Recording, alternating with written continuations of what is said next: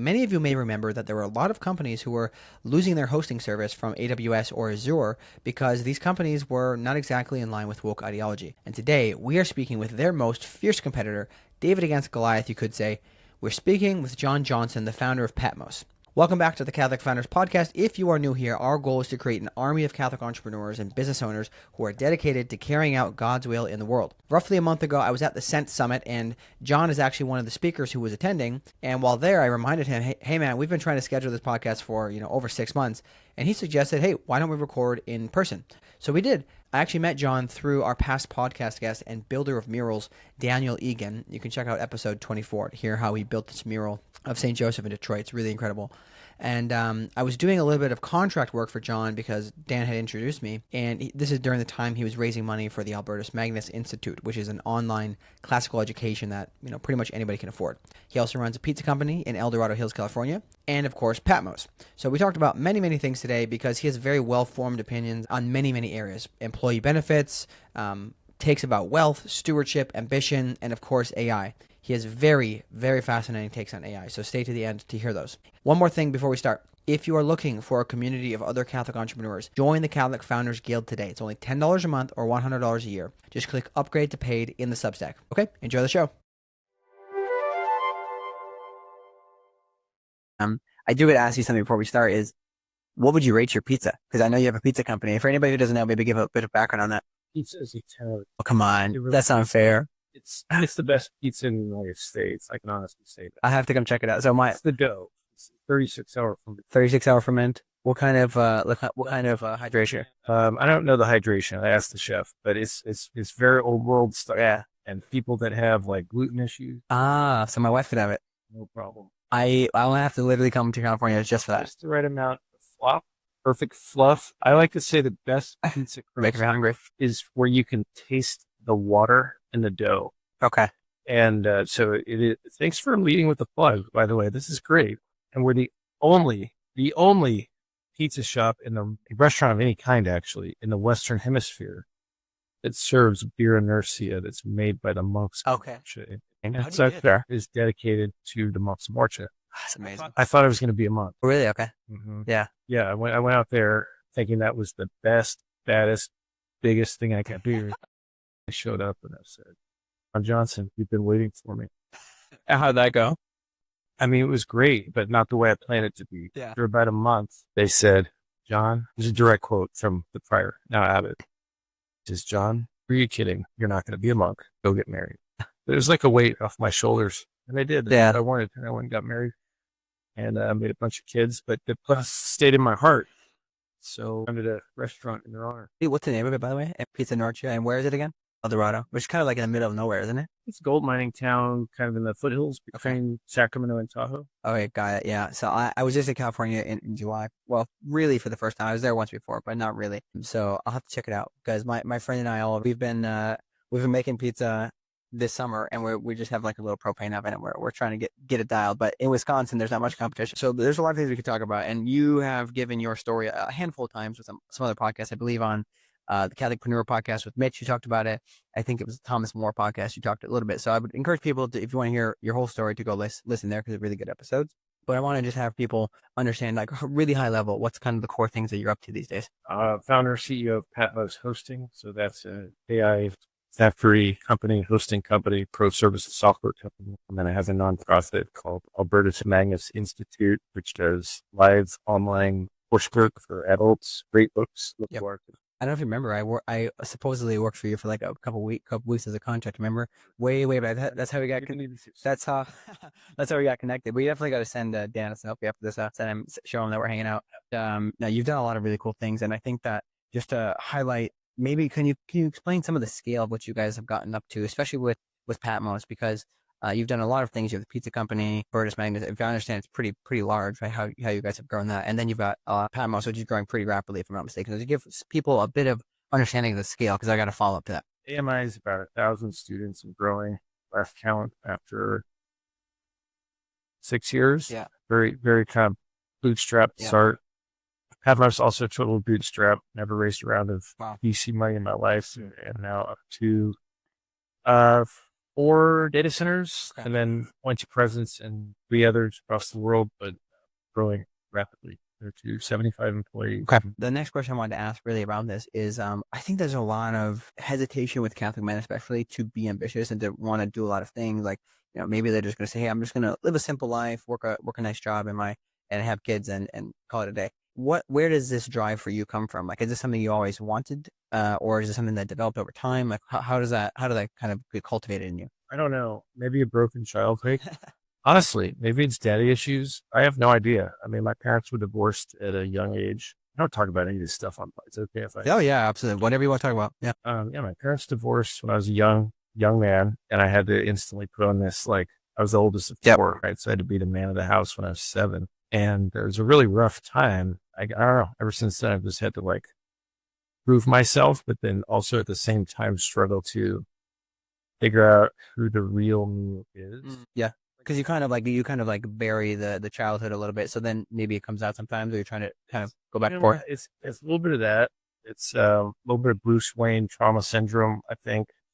It's a little bit of a natural appetite for risk and sort of the ignorance. Mhm. Ignorance is my superpower. If I had any idea what I was getting into these things, I never would have done it. Yeah. And that's what, there's a lot of founders who say the same thing, right? Jensen from NVIDIA, he just gave an interview and he's like, if I would have known how hard this would be, I never would have done it. Yeah. And I'm like, where have I heard that before? Well, I don't know if he was quoting him, but it's probably just a shared sentiment. St. John Baptiste de La Salle, the Christian brothers, froze the Christian schools. He says pretty clearly that after I kind of made it, after I succeeded in doing what I set out to do, looking back, if I would have known what challenges were in my way, I never would have done it. And so to that extent, I think ignorance, blind ignorance is a superpower for a founder. It's a feature, not a bug. It's an interesting thing because we think about this sometimes as Catholics. Like, we have this thing where we say, it's not exactly a saying, but we recognize that God only gives us a few steps in front of us. He doesn't tell us the whole story, right? For good reason. And I wonder if there's some kind of deeper theological meaning there, or reason why we do this. Because, being an entrepreneur in the first place is basically leaning into our co-creative nature, right? As creations of God, right? Do you have any thoughts on that? I think that's true. And the creative potential of every human is so built, even for us. Huge avail. I mean, even for our Lord. There's a very funny reference in, I think, Matthew's gospel where they're accusing him and making fun of him. And they say, who is this? Isn't this just the son of the carpenter?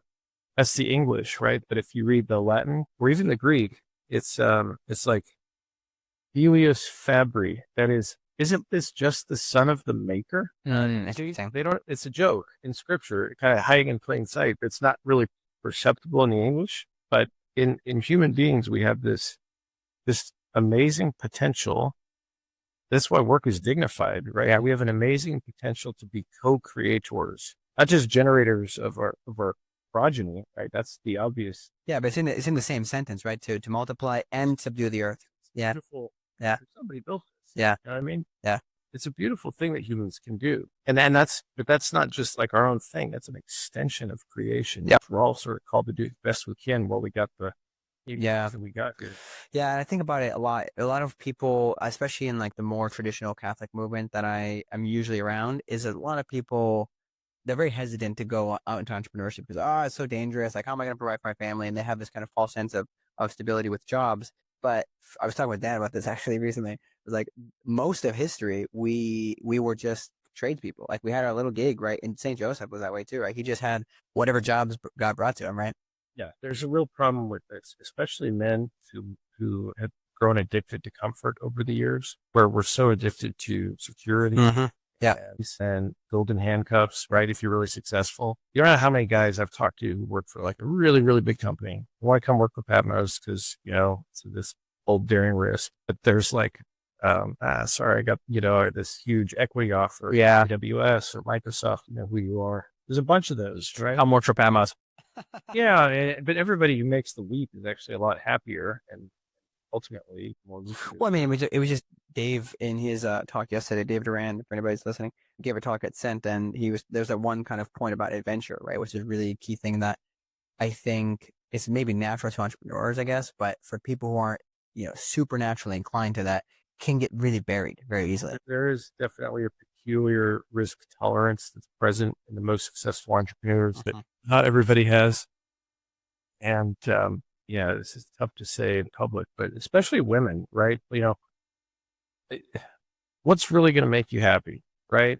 And I think you got to figure out what you want to do as far as the most important things go, family and the domestic life. And once that's in order, You can go along, you can do a lot of things, right? And this whole idea of our creative abilities being veiled, I think, is really just in this, it's a really good observation, because I kind of view, if you have any thoughts on this, view the opportunity of life as basically a journey of being a detective, right? Who were you born to? In what particular time?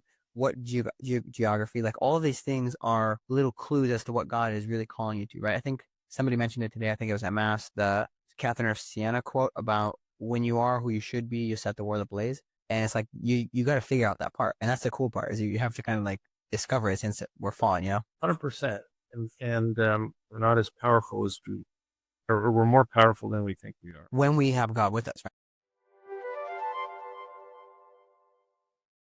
Are you a Catholic business owner trying to bring in more leads? Launching a podcast might be the best move that you haven't made yet. St. Colby Studios helps Catholic entrepreneurs launch professional, mission-aligned podcasts that build trust and increase leads. Their team walks with you through every step of the way, from strategy and recording to branding and editing, so you can launch your podcast in under 90 days.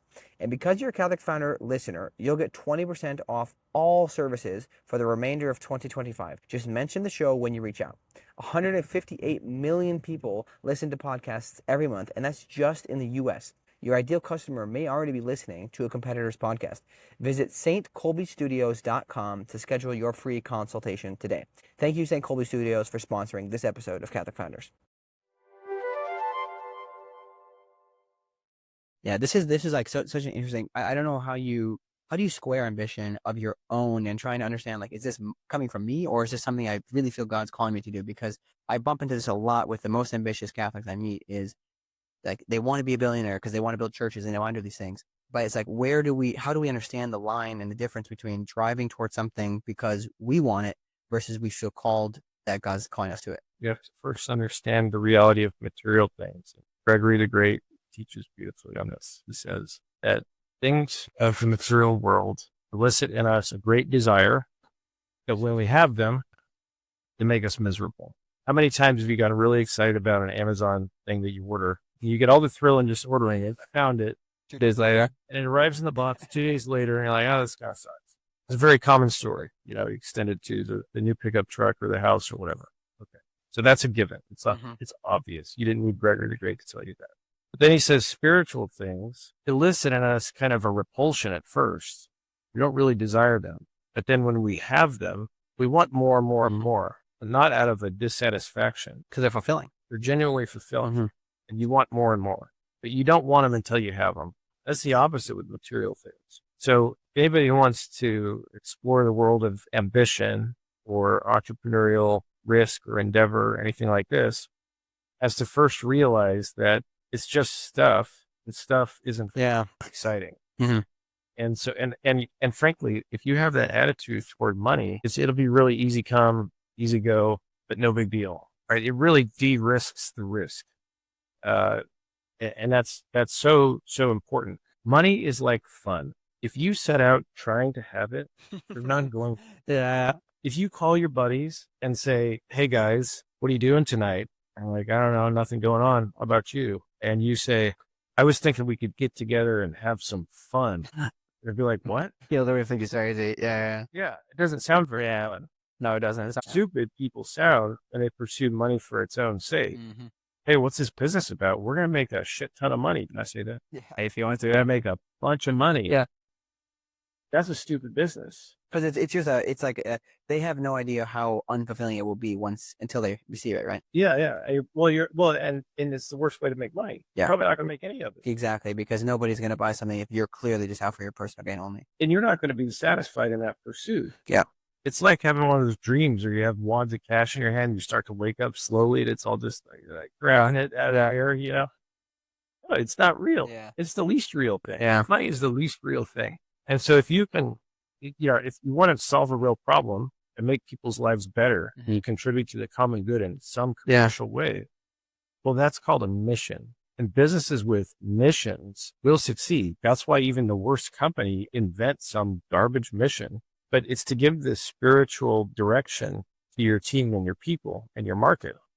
Yeah. But companies that are based of mercenaries, not missionaries, they'll have a very tough time, or they'll succeed and become a caricature of themselves. Exactly. Goldman Sachs. Exactly. I'm curious. I was going to say this for the end, but I think it makes sense to talk about now. How important is it to you, the aspect of learning theology and integrating that into your entrepreneurial life? Because a lot of entrepreneurs are just so focused early on and trying to make money and build, but they don't make time for the prayer or the theology learning. And you obviously know a lot about this. So how does that integrate, and how important is it? It's an accident.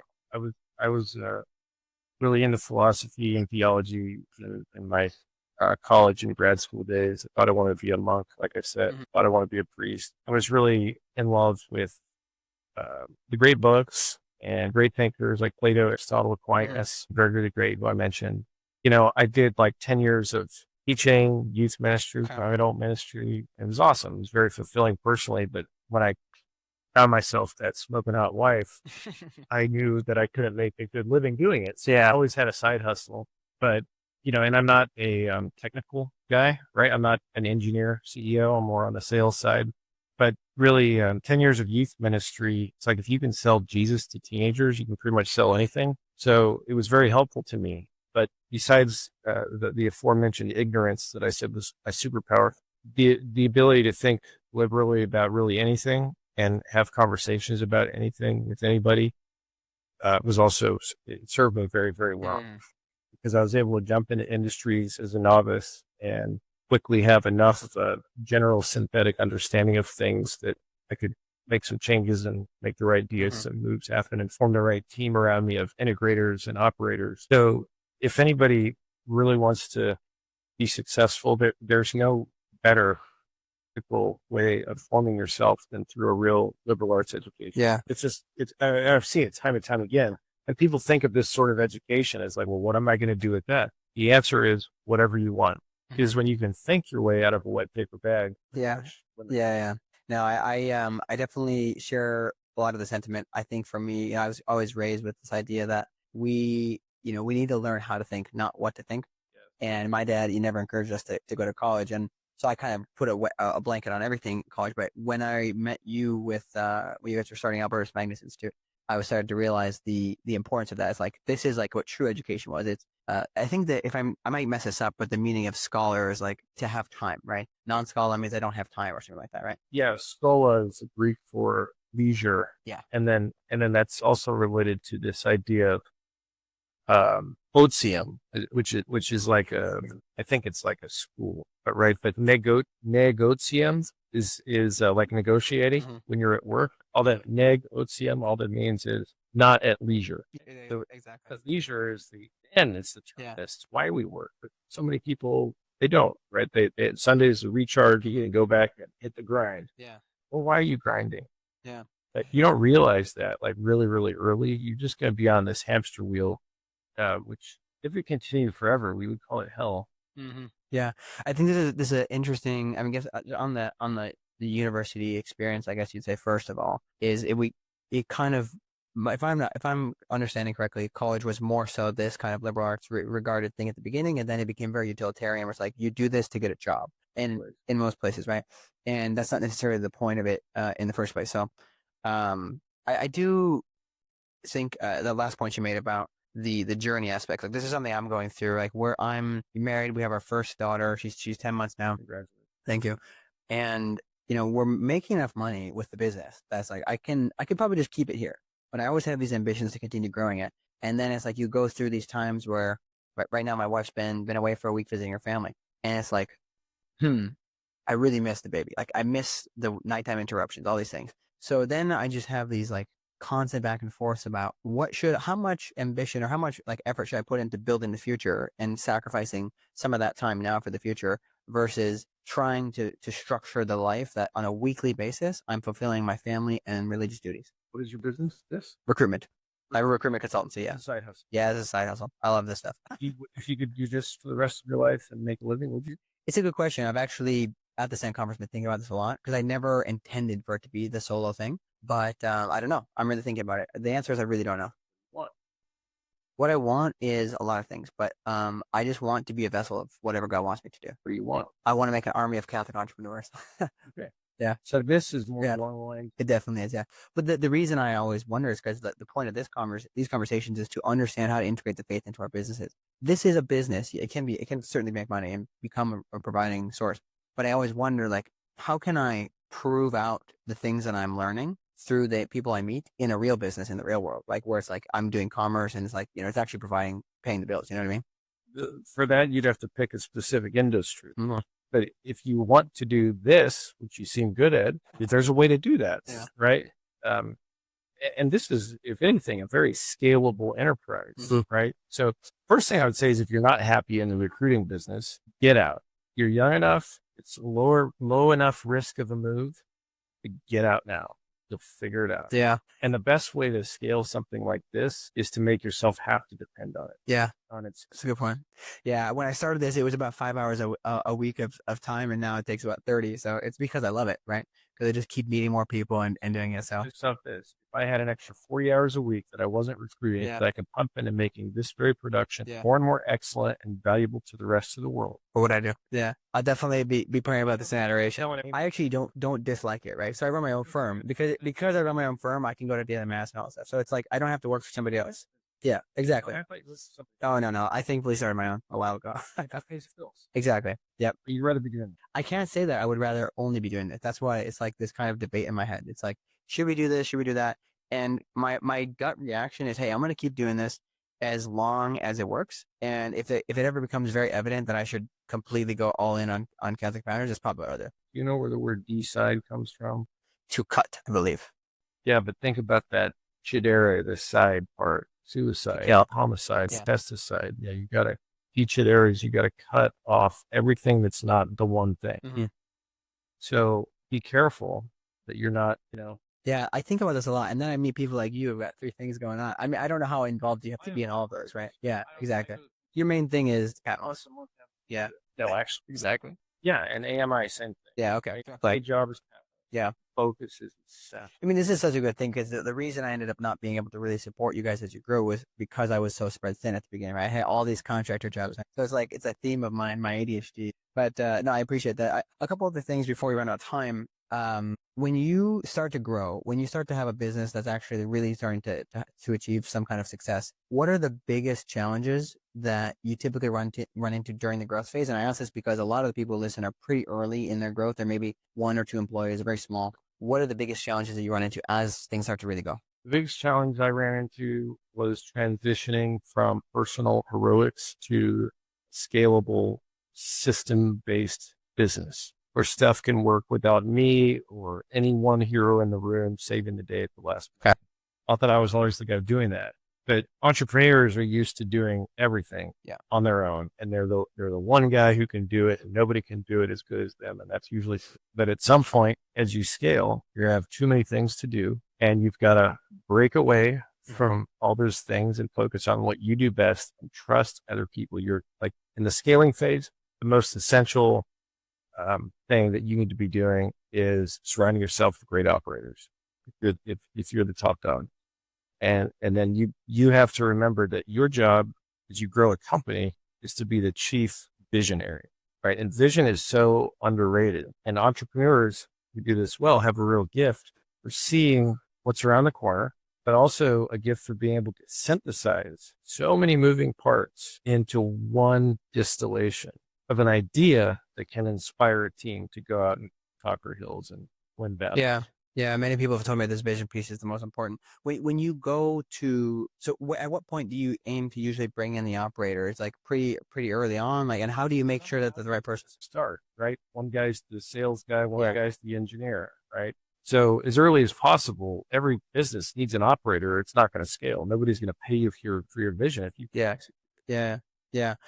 I did hire a contractor chief of staff effectively. She helps me with everything. It's like, because she's got a very different personality, it makes it so much easier for me to actually get things done that I commit to doing, because otherwise I just all of these. Yeah. Yeah, that's very helpful. Yeah, definitely. I'm definitely going through this kind of figuring out how do I shift away from doing the delivery of my service, because it's a services business, right? And eventually I'll get there, I know. But it's always those, kind of that like growth point. So I appreciate that. Business are great ways to prove concept and get profitable in the way that you can scale it into more of an enterprise operation.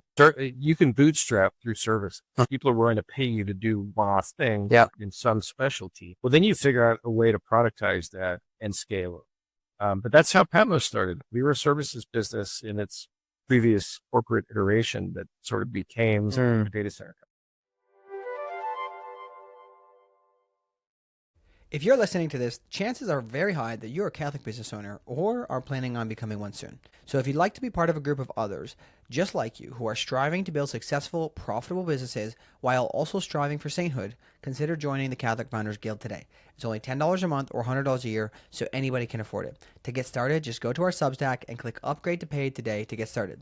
All right, back to the show.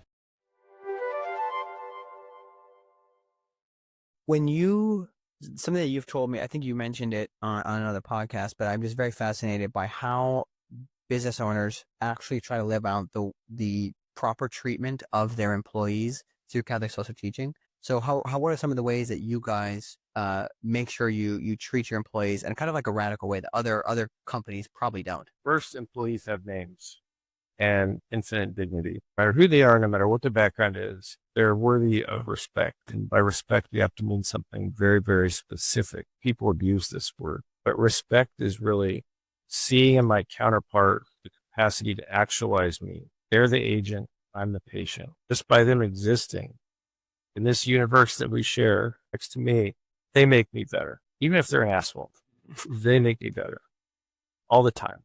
That's like a disposition of respect that's essential, but also all but a rarity. It's a rarity. It is a rarity in the corporate world. People are just not respected. And they're not. When you respect somebody, you can actually, believe it or not, get a lot more value out of that employee. And then also there's an evangelical character to that notion of respect that is, people are kind of surprised by being treasured for the first time. We've all had jobs where we're just tolerated. Those suck. Yeah. A job where you're treasured. Yeah. And so we try to do that as best we can, and that might not always be monetarily, right? Like we probably have staff who are underpaid and could be making a lot more money elsewhere, but they're here with us for a reason. And then the second way I'd recommend is just really family promoting, life promoting policies. We have bonuses for when employees have babies. We have bonuses for when employees get married. Big tech pays its employees effectively to abort their progeny. We do the opposite. And that's just very different than you see in many other corporate companies in the tech world. So things like that, you can go as crazy as you want with it, but there are organizations that will kind of give you legal carve-outs to offer policies and HR benefits to really promote the personal, which I'd highly recommend. Yeah, I think this is a pretty underrated thing as a recruiter. A lot of people, it's a pretty underrated aspect that they look at is benefits. They're really like, they don't even care about the pay sometimes. It's like, hey, if I got good health insurance, that's great because, I don't know what's going to happen to my kids, for example. Yeah. Have you guys had any applications or attempts at trying to implement just wage theory at all? I don't know if that means. Just basically the idea of trying to pay people not based on necessarily what the market says, but what they need as a family. Oh, yeah, we do that to an extent, right? Everybody's got sort of leveling in place and we're trying to make it more standard. But of course we consider what somebody needs in their state in life. Yeah. And we encourage employees to ask for that. Yeah. Right? Like, hey, if you're hurting, you got to speak up. Yeah. Anybody should do that anyway. That's a good idea. As long as you're providing the value to the company, you have every right to ask for a raise.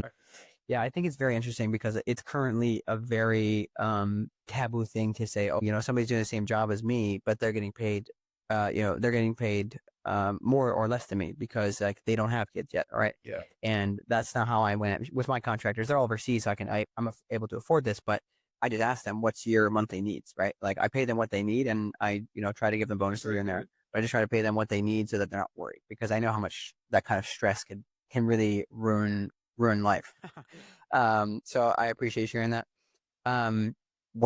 What's the last bit of time we have? I'm gonna see. Okay. Yeah, go for it. Let's see. We're not sponsored, by the way, guys. This one I think is very fascinating. So, we just heard, was it yesterday or today? This morning, I think it's Frank, talked about, and I very much believe this. I'm hoping I can get him on the podcast as well. That Frank, Hannah, yeah, Frank Hannah, that our gifts, our skills, our desires, all these things, and especially our financial success, they belong to God. And in our business, right, everything belongs to God. How do you, first of all, do you kind of subscribe to that mentality that generally this is not mine, I'm just a steward? And if so, how do you try to cultivate that on a regular basis? Because it's pretty easy, I'm assuming, to forget that. I subscribe to it, but I also think it's kind of a head fake in certain circles. Mm-hmm. Like, this is all God's, and He's blessed me abundantly. But I think we kind of risk bordering on the health and wealth gospel there.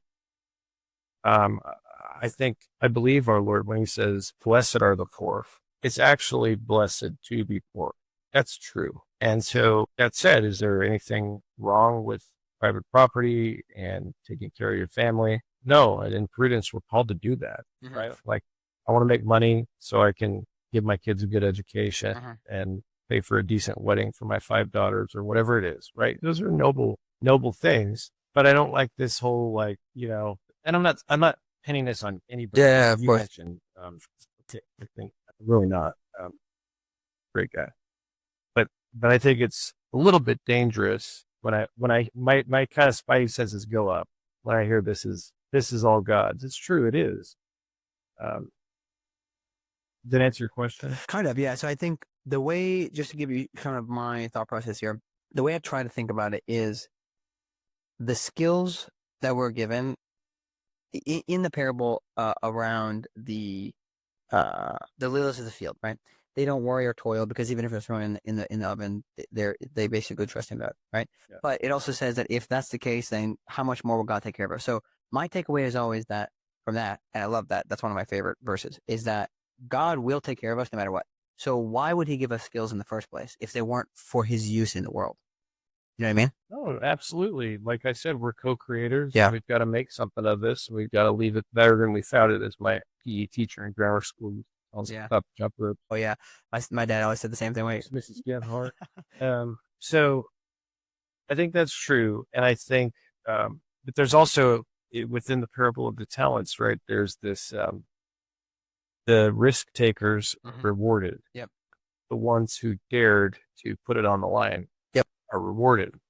So there's a certain frivolity about material things that our Lord actually appreciates. Saying basically like, hey, if they hadn't done it, they would have been like the guy who was cast away. So you're saying that recognizing that the talents were like, yes, valuable, but it's not like you should be scared of taking the risk. Is that what you're saying? Yeah, and it's just an orientation. When I hear somebody say all this wealth is the Lord's, he's like pointing to his private jet and his yacht. I don't want to be the guy who's got a yacht that belongs to Jesus. I want to be the guy that's got a heart that belongs to Jesus. And if I need a yacht to get around, so be it. But I don't want to really affiliate that with my blessing. Yeah. Well, that makes sense. Yeah. Correct. That could be a poverty of heart, spirit, poverty of humility. That's okay. Yeah, I think it was Drago mentioned this when we were talking about oh, he's great. I love Holy Habits. Big fan. Yeah. We're not sponsored by them, but I love the Holy Habits. We talk about the 3 levels of spiritual life and kind of corresponding into entrepreneurship. And if I understand correctly, I'm definitely not an expert at this, but we should, he basically gave the example either offline or on the pod that you could have a billionaire Catholic who desires poverty and desires to have nothing and to be despised like Jesus was, but God has chosen to continue to give them those kind of blessings basically. So it's like in their heart, it's proper, but yes, they have these assets because, as somebody else mentioned today, maybe their gift is to continue generating more wealth to create for others. I think that's true, but I would be very careful about calling those things blessing. They're just not. What would you call them? Stuff. Okay. But stuff to steward, right? Still? No? I mean, it's stuff to steward. It's stuff to make beautiful. But just don't focus on it too much is your your point? If you focus on it, that means you're attached to it? Okay. Yeah, I see. Yeah. You know, I love sitting here in my nice wool suit and everything now, and my Allen Edmonds. It's great, but it's just stuff. Mm-hmm. Yeah. So if you focus on that, you're kind of You're stepping into it the wrong way from the very beginning, correct? Yeah. Let me see here. There's another one of these. So on this same topic of kind of excess income, let's say, like as you have grown in your business success, whenever you do have a kind of, hey, I've got more than I need to pay the bills and even my planning for my girls' marriages, whatever. How do you go about investing that money? Do you usually kind of perceive it, go out at it from a perspective of what can I get the highest ROI as long as it's ethical? Or do you think, hey, whatever God's calling me to invest this in, whether that's giving money to a person on the street or investing into a venture that kind of seems like, hey, chances are low, but I feel called to do that. How do you kind of go about that? it's a very good question. I'm going to try not to give personal examples, but I would say in principle, you want to make sure that the tithe or the really charitable contribution is really first in any discussion. So make sure you're supporting good missions, doing good things, just as a matter of justice, not as a matter of like, God will bless me more. Yeah, I never do it for those reasons, obviously. Yeah, Right? And you can deal with superfluous things like extra income after the justice is taken care of. Am I paying my bills? You know, am I out of debt to the extent that's prudent for me right now, our family? That sucks. And am I supporting missions that are doing good works of mercy, spiritual and corporal, that are in some ways close to me? Yeah. I think there's a stronger duty to endow more proximate things. Yeah. This is we talked about this with Daniel Francis. This idea of love your neighbor usually ends up getting extrapolated to somebody in, a third world country somewhere else. But it's like, what about the neighbor in the pew? Bullshit. Yeah. You can only love in the particular. You know, in the abstract, but you love in the particular. You've read Brothers Karamazov? Mm-mm. Should, but there's a character in there who's talks about he loves all of mankind. But what does that mean? The guy who's sneezing next to him on the train wants to murder, right?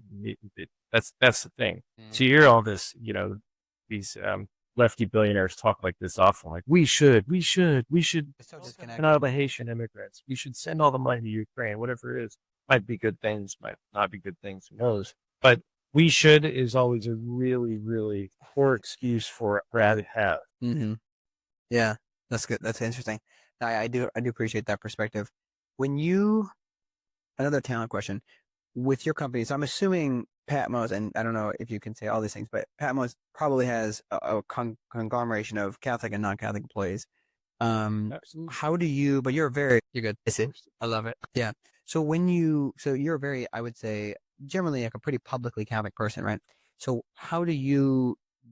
I guess a lot of people worry about this when they're like, oh man, I'm hiring people that are not Catholic. Do I pray before meetings? Like, how do you build that culture to just do things the way you believe it's true, but still being, without kind of slapping people in the face with it at the culture? You have to do what's most prudent and helpful and charitable at all times. It's a good question. It's something we've struggled with as we've grown as a company, kind of really small, very insular team to having locations across the country. And we still, we have documents that sort of set the tone, and we try to hire really mission-aligned people. Catholic or not, you can unite behind the idea that the internet shouldn't be controlled by 3 companies who hate you. Yeah. Then come on board, right? And other than that, your culture grows organically like any culture. The only way it can grow is organically. But you have to think about culture like a loaf of sourdough bread or pizza dough. Yeah. There's the yeast that animates the flour with something invisible and alive. But if you try to make a loaf of bread out of nothing but yeast, you have not a loaf of bread. Mm-hmm. And this is the mistake that Silicon Valley companies make, is that they attempt to artifice monocultures. And monoculture is not culture. Mm-hmm. It has to be alive and dynamic and vibrant and subject to environmental whims, right? Now, there has to be something persistent in that stays, that's immutable, unbreakable laws. But still, it's a very organic thing, culture. Yeah.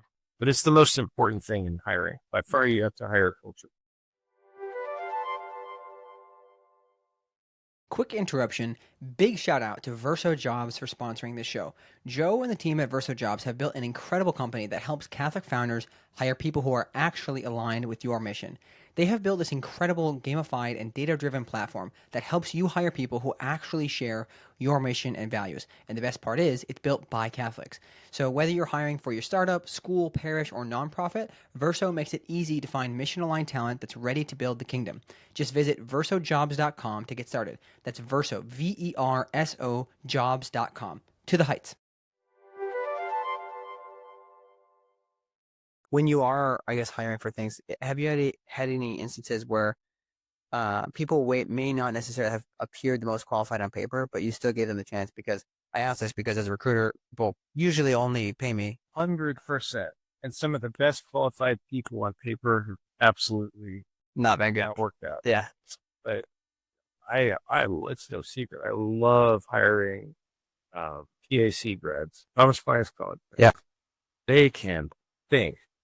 Give them an internship in 6 months, they'll be making six figures. Mm-hmm. Man, have we been impressed there? So yeah, I love people who are mission aligned and green. It's always easy to teach talent. You can't teach culture. You can't teach intelligence, at least not in a job where you got to do stuff. Yeah. You can teach intelligence. That's why I founded AMI, but you can't teach it at that. Yeah. Now I have actually we just went to a friend's wedding who went to TAC, and I got to meet a bunch of his fellow schoolmates, and I get the idea of the kind of people. It's really top notch. So, I think one last major topic, and then we'll do rapid fire, is I wasn't able to attend your AI talk, the panel you're on, but I know you've got a lot of spicy thoughts on AI. I guess for small business owners, what would you say are probably the most core things to keep in mind? Again, try to orient it specifically towards smaller business owners. What are the most important things to just keep in mind as this AI transition is happening in the world? Can I address this answer to owners who are setting out to build an AI product? Anybody you want, however you want to take it. I'll do that. Beware the counterfeiting of the human person. That's the message. That's the biggest challenge we face with AI. It's a very good and useful tool, but ultimately its designers intended it to be a counterfeit human person and ultimately a counterfeit God. So I can say this to you, but humanity is at a crossroads, both of which options, the end of each fork, have sort of the same undertone. That undertone is salvation is being offered through the union in the flesh. For a Catholic, that's obviously a Eucharistic proposition. For Ray Kurzweil and Sam Altman, that is the proposition of singularity. You have to unite in the flesh with your creature, or you have to unite in the flesh with your creator. At the end of the day, there's no middle option. That's it. And so the more that AI becomes prevalent, the more of that decision will be pressing. And the farther down the wrong road we go, the harder it will be to turn back. Mm-hmm. So use AI, but remember that of these three companies that control most of the internet, they all have the same product, and that product is you. Mm-hmm. And they're just trying to create God, basically, because they don't have a sense of God in most cases. These people are not of any religion usually. Yeah, I mean they want to be the masters of the universe, like He-Man. Yeah. I don't know. Sometimes I'm generally an optimistic person, but I've sometimes been like a lot of people who present me the very pessimistic view on AI as Catholics. I tend to end up in the point where it's like, well, we know AI can never become truly conscious because it's not, like, it doesn't have a soul, so it'll never be. It might be very smart and able to deceive, et cetera, et cetera, et cetera, but it will never become a human because it's not possible. God's not going to give AI a soul, right? So therefore, I'm just kind of like, well, yeah, there's going to be a lot of stuff we're going to have to deal with. I don't know what. I'm definitely not smart enough to answer that or even speculate. But I'd rather say that we should use it and try to lead it in a good way. Because if Steve Jobs was, let's say he was a great Catholic, can you imagine how differently the world would look right now? Yeah, but that's kind of foolish, Silas. That's like high school logic. If I'm going to go spend time with this girl who just really, really needs my help right now, that's a sure way to end up professional. So what would your guidelines then be on how to like kind of interact with AI? Morpheus tell Neo in the Matrix, right? You see an agent, you do what the rest of us do. Run. Pick your battles wisely. And this is a battle that no man can fight alone. Mm-hmm. So, yeah, I mean, it's spelled out in Revelation, right? We shouldn't be afraid to talk about this. But John says we create a beast and then we give it the power of speech That beast calls all to worship it and gives us a mark. It's like the opposite of what the lamb does. And if you take that mark, better go by the sword. Yeah. Better send our family to go by the sword. And for some reason, we're afraid to talk about what's in black and white right here, but we've done that. Mm-hmm. And now you can buy stuff at Whole Foods with your hand. It's a very scary thing because you have become commodified, tradable, and reduced to something that's fit for use and then deletion. Mm-hmm. Interesting. Yeah. We're going. It's exciting, right? Yeah. Exciting in the wrong way. So I would say, use AI as a tool. And it's now, while it's still possible to the extent that it is, there is an eminent need for Catholics to carve out a place where AI is used in a way that it can be used as a good, if that's possible. But there has to be limits, effectively. Yeah, you don't have to anthropomorphize AI. Yeah. I don't want to talk to somebody who wants me to think it's a person. Hmm. It's a double-edged sword, right? Because, you say please and thank you to your chat. I'll probably do sometimes not intentionally, kind of just like whatever, So that's kind of stupid. But on the other hand, you could start yelling at your chat GPT like you're, Mr. Miyagi making Daniel-san paint the fence again, and then you walk out of that conversation with your machine and you go start talking to humans like that. So it's double-edged sword, right? But either way, you're being conditioned. Correct. Yeah, that's a really good point. I think it's something I tend to be simplistic about because it's like it's a challenging. Yeah. I have not seen that. Yeah, Yeah. It's difficult. We have to address these things because it's just like a parent who ignored the internet when the internet came around for their kids, right? It's going to be the same thing. We have to be very cautious about it. Just running toward it in the name of convenience.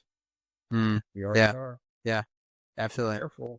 Very good. Well, I think we might have to have another conversation about AI and deeper. Yeah, let's do lightning round. So, what is your favorite scripture or does that be scripture specifically, but religious reading that relates to you specifically as an entrepreneur as you think about a lot?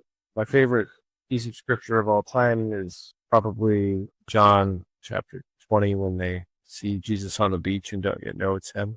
John sees it first and Peter jumps off the boat. So pregnant with dimensions of meaning. Obviously, the prologue of John also. Pretty much any John is. John. Yeah. You gotta follow. No, I was just saying, like, what specifically as it relates to your entrepreneurial journey, like any scripture that specifically, like you as an entrepreneur, kind of chew on.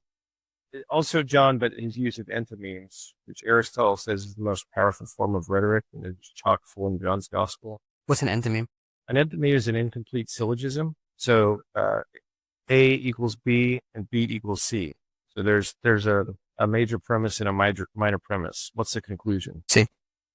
A equals B and B equals C. Well, then A equals C. A equals C. Oh, I see. Okay, but because you had to figure that out for yourself, you made it your own. Oh, I see. And it's really exciting. So now from John's gospel, as the Father has sent me, so I send you. So the Father's sending me. Yeah. Yeah. Isn't that amazing? Yeah. But he doesn't state. But you don't think about that unless you think about it. But it's kind of hidden in there. Yeah. And that's where we get our word meme. That's why memes go viral, because it's an image and a thought without stating the conclusion. You're like, oh, that's so funny. I'm going to share this picture of the toddler pumping his fist on the beach with all my friends. Right? Yeah. So, but that's really useful. Not that you want to make scripture useful in that sense, but it's very helpful to teach a different way of communicating that's very effective. Mm-hmm.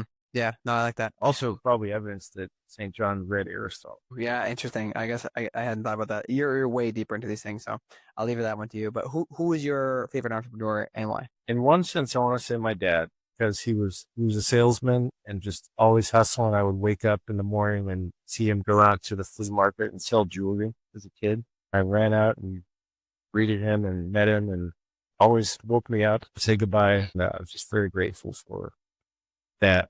Whatever he had kind of got passed down in the treasure to me. As far as public-facing entrepreneurs, I don't know. You don't have to have an answer on that side. Feel fascinating. My jury's kind of out on him, but he's definitely a smart man worth listening to. I have to think about this a lot more. There's some things about, there's kind of brilliance in guys like Steve Jobs, but also just a really broken man. Oh yeah, of course. Probably not worthy of imitation. Yeah, there's a lot of that. Good question. I haven't thought about it a lot. Who is your favorite saint and why, if you have one? It's a hard question. Good question. I have really strong devotions to Saint John and his Blessed Mother given at the cross. I have a real strong affection for Therese of Lisieux, Saint Agnes. It's like I have like big saints, like John and Blessed Mother, and I have little. Yeah.